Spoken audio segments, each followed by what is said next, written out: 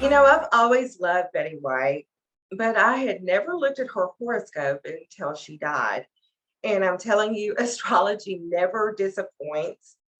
When I actually saw her progress chart on the day that she met Alan Luden, the love of her life, her soulmate, I actually screamed. I mean, my husband had to come in here to see if I was okay. I was so excited about that. But let's start from the beginning. So, our lovely Miss Betty White was born on January 17th of 1922. And that gives her a Leo ascendant ruled by the sun.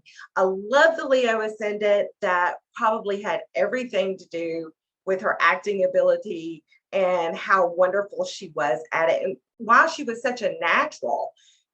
But the Capricorn sun, um, when you have your sun in Capricorn, it's almost like you age backwards. It is so cool. It's like the Benjamin Button sign of the zodiac because you're kind of born this old soul and you seem to get younger as you age. And that was definitely her.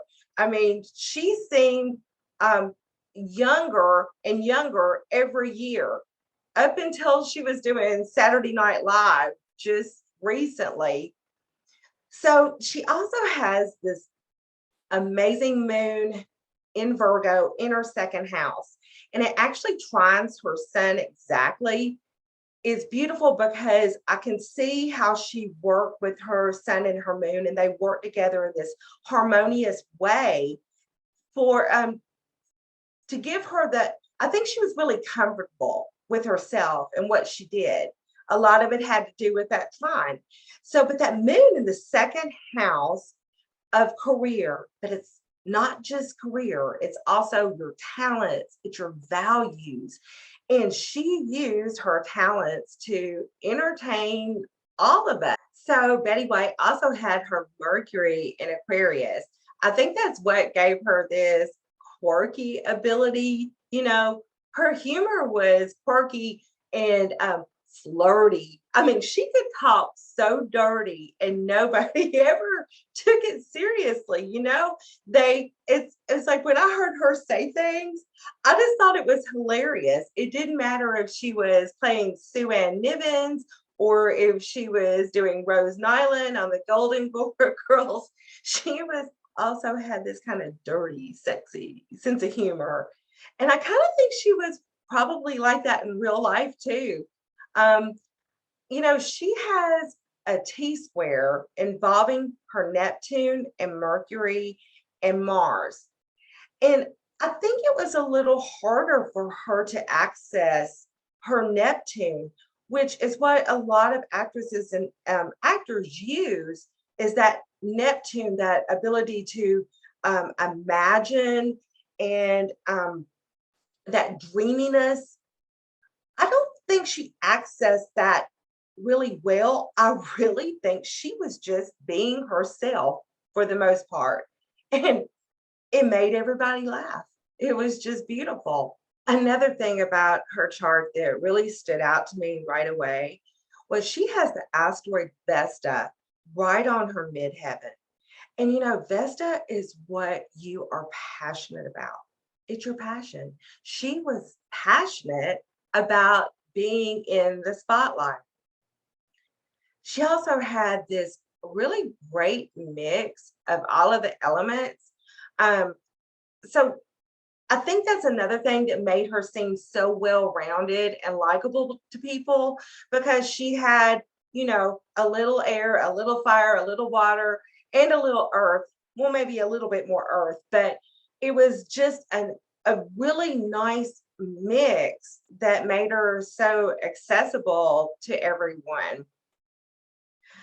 Another thing, she had Juno, the asteroid, they call it the marriage asteroid, conjunct her Mercury in Aquarius. Well, that just tells me that she needs somebody or she needed a partner in her life that she could really communicate with. That mercurial quirkiness was something that she really needed. And she got that in Alan Luden, and I'm about to get to that. But before I do, let's talk about one more thing. Betty White had a packed sixth house. And the sixth house is the house of animals, small animals. And she was such an activist, such an animal rights activist. And I think she said that acting was her hobby and animals were her work.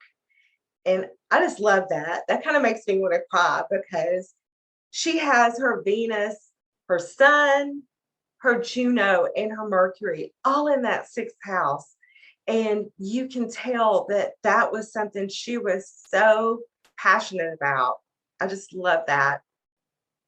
She also has that Neptune in the 12th house. And I consider the 12th house the house of the collective. So she used her Neptune, her acting ability to reach the collective. Her chart, everything in her chart just lines up so beautiful with the person that she was. And I think that's why I was so excited about it because it just fits her so well. So let's talk a little bit about her marriages. She was married 3 times. So the first time she was married to Dick Barker, and she married in 1945, and she also divorced in 1945. Here's the interesting thing.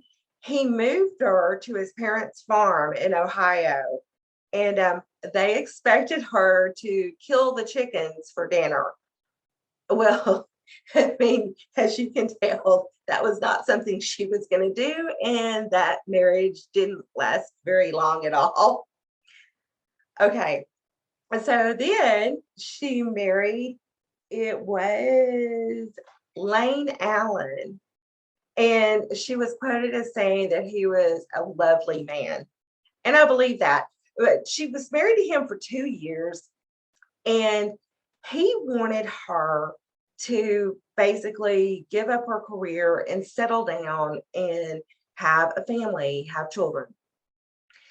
And, Betty White was smart enough to know that if she was going to follow the love of her life, her career, that there was not enough room for children. She said, I'm too compulsive to have both. So I thought, how smart of her that she knew that her choice was going to be her career. So they divorced 2 years later. Although Betty White didn't have biological children, she did have 3 stepchildren.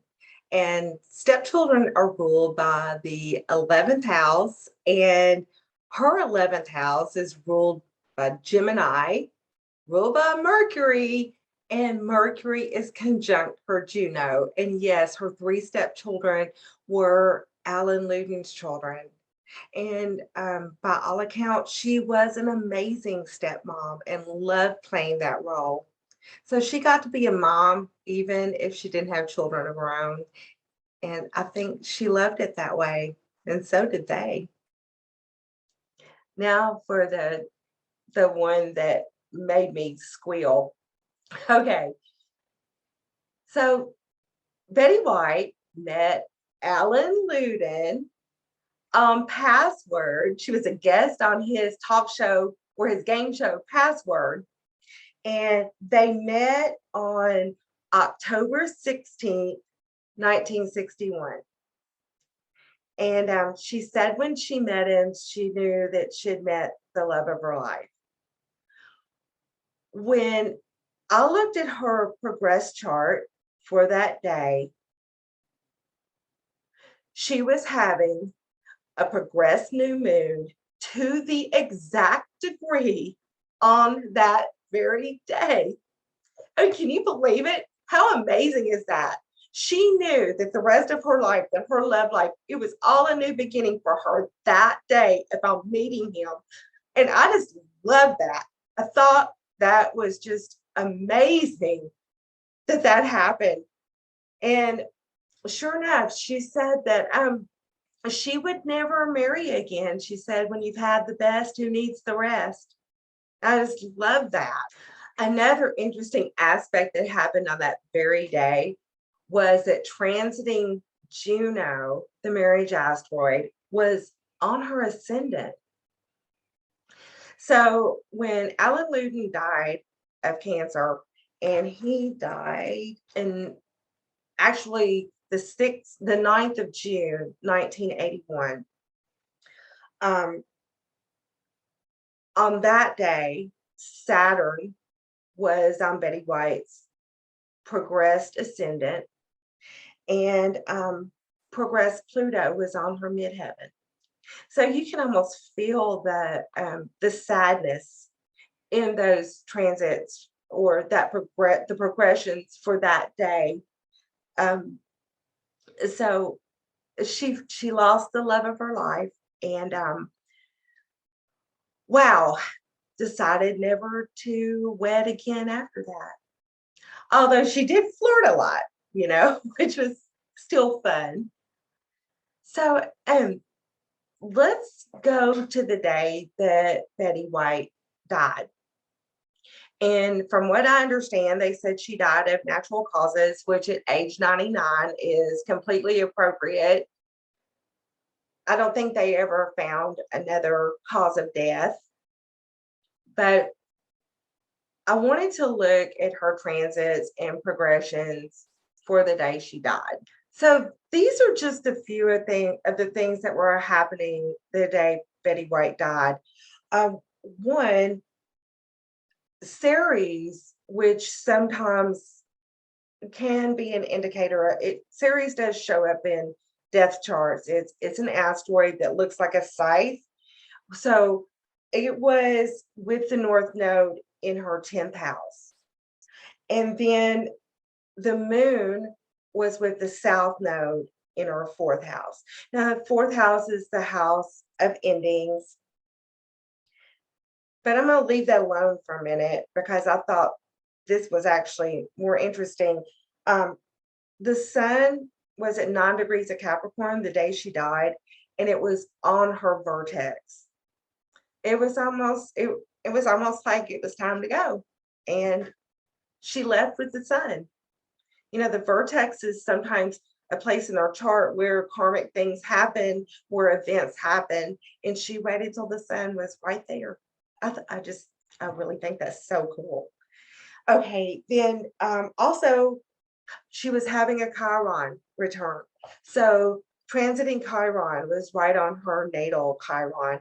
I mean, most of us will only see 2 Chiron returns unless we get to be the 99, like Betty White.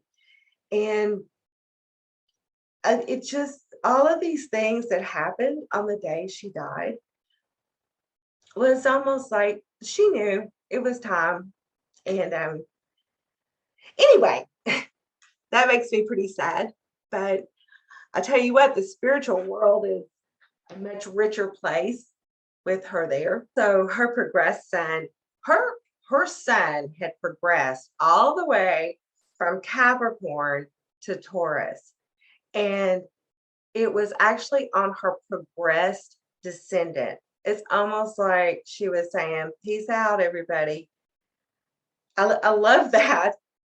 Also, in her progress chart, Ceres was making an opposition, progress Ceres, to her progress sun. There were just all of these indicators that I thought were really interesting when she passed away. But here's something that I found that I thought was fun. And this isn't even astrological. And I didn't know this. Did you know that she was an honorary mayor in Hollywood? They elected her in 1955. I just thought that was so cool. It might have been a good thing if she'd been the for real mayor of Hollywood. Things would have been run a lot differently, I bet. I've loved doing Betty White's chart. If you'd like to see more of these, I think Susie is putting up a poll that you can vote to see who you would like, whose natal chart you would like me to talk about. And You can book a reading in the comments. You can see the book a reading in the comments below, in the notes below. I mean, I think I've gotten a little bit emotional with this one. So bye, everybody.